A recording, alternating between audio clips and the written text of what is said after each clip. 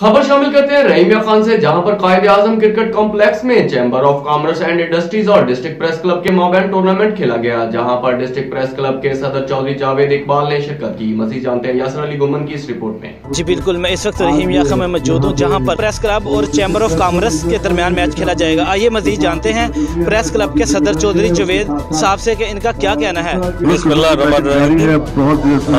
जैसा माहौल पिछले 2 साल से कोरोना और दीगर मामलात में बड़ा स्ट्रेस का माहौल था, ये इस तरह के प्रोग्राम होना बहुत अच्छी जरूरत है। इससे माशरे में और खुला माहौल मिलता है, लोग देखने के लिए भी आते हैं, प्लेयर्स भी प्रेक्षण करते हैं। मैं समझता हूँ बहुत जरूरी था। ये तकरीबन पिछले साल हमारी जो साबिक सदर थे उन्होंने इनिशिएटिव लिया था। उन्होंने एक district government, district bar, police, जजेस और ये 6 टीमें बनाई थी। तो फिर किस वजह से वो टूर्नामेंट ना हो सका, डिप्टी कमिश्नर ट्रांसफर हो गया।